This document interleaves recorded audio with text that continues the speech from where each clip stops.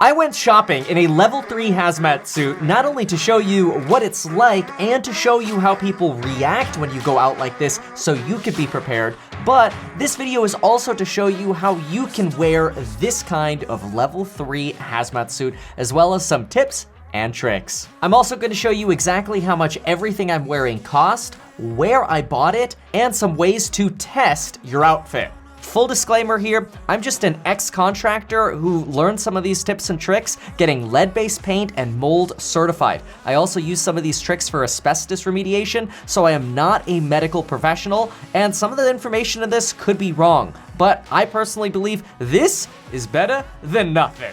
By the way, I asked on Instagram if you wanted me to share footage of me grocery shopping in my hazmat suit, and out of 4,000 of you who saw this within the first few hours, 94% of you said yes. So here it is. The goal today is avoiding people like this, who happen to go grocery shopping in tight lines and tight spaces while rubbing their noses and touching everything in the grocery store. Obviously, the best thing to do is just stay home and don't go out. But if for some reason you gotta get yourself some carrots and some groceries and you're not on lockdown, this is at least my recommendation. Because as you know, I'm a real estate broker, I invest in real estate and I invest in stocks, and I need this bad market to end ASAP. And trust me, I get the whole idea of, oh, well, now's an opportunity to go pick up on deals. But I don't like the idea of picking up on deals when people are in critical condition, and, well, people are passing away. This is absolutely terrible. I'm actually wearing this outfit not to make a joke or make light of this. It's actually because my wife has severe asthma and allergies. People have died at 29 years old from this. She's 29 years old, and my in-laws, who are in their mid to late 60s, are particularly vulnerable. So I didn't want them going out in the grocery store. I said, you know what? I'll suit up and I'll bring you the eggs and milk that you need. Just promise you'll decontaminate the stuff that I bring you. Oh yeah, and don't be surprised if you get questioned going out like this.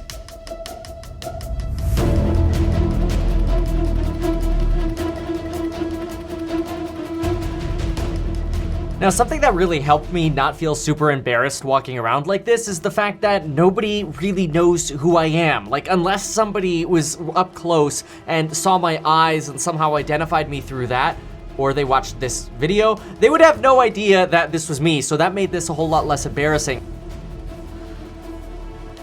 Now, I just want to take a moment to mention that if you are, for example, a delivery driver for groceries with, let's say, Amazon, Whole Foods, or Target, or heck, maybe even you're an Uber driver or you're looking for some extra cash, some extra side income, this outfit could actually be an investment for you, because I personally believe if you delivered people groceries like this and said, hey, you know what, I'm taking every possible precaution to make sure that I'm safe and I'm doing whatever I can to make sure that your groceries are safe, there's a good chance you'll probably get tipped substantially more on your Target, your Uber, and your Amazon runs. No guarantees. I don't think there's like a hazmat Uber yet, although I think some people would certainly want to pay more or be willing to pay more for drivers taking some extra precautions.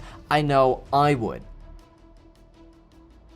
Now, by the way, in some checkout lines, things are actually getting a little bit heated. Like, this person was trying to check out with 3 packages of meat. How dare her? Apparently, Ralph's is limiting them to 2 per household, which means both of these people could not get their 3rd package of meat. I offered to buy it, but because the guy heard me offer to buy it, he rejected me from being able to buy it as well, because he said it was like buying alcohol for a minor, even though it was a piece of salmon. My mask, by the way, it looks like somebody sneezed on it. Just so you know, it looks that way because I didn't want to go buy like 10 or 20 of these and remove all the stock from Amazon. I got a couple extras for family members, but I didn't want to use those. I wanted to use my old one. I just put some new cartridges on it, but I did use that mask for doing spray foam insulation. So yeah, there's some spray foam insulation on my face. Now, according to Forbes, this stuff could actually survive on surfaces like glass, plastic, or metal for up to 9 days, which is pretty crazy. So I definitely recommend whatever kind of groceries you get from Hazmat Man like me, you decontaminate with some kind of aerosol sprays or Clorox wipes.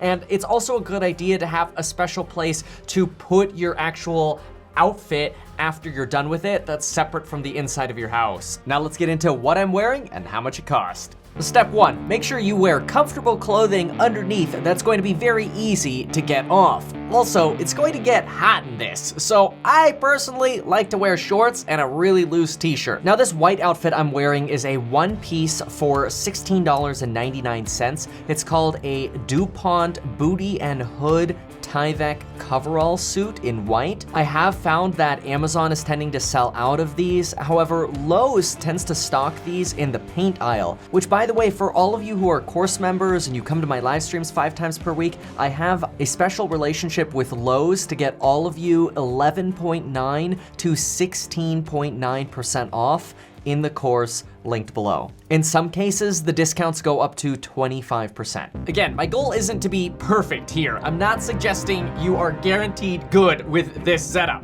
My goal is just to be as good as an average dude on YouTube can be.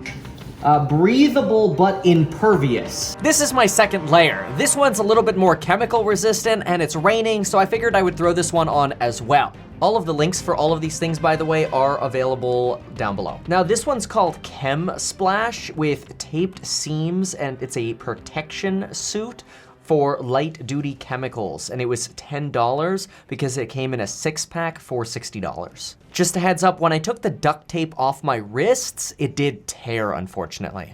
All right, so we'll zip this guy up. Now we got our chemical splash protection, and I'm really protecting the Tyvek that's underneath that has the hoodie, which is good. Now this to me is really where the magic is. This is a full face P100 respirator with a multi-purpose particle filter. I personally like these a lot better than the little paper masks people have, mostly because with this kind of mask, you could actually test that you have a 99.99% effective seal. And you do that by covering the filters with the palms of your hand and then inhaling. And if you can't inhale, it means no air is getting through any part of the mask other than the filters, which is the point.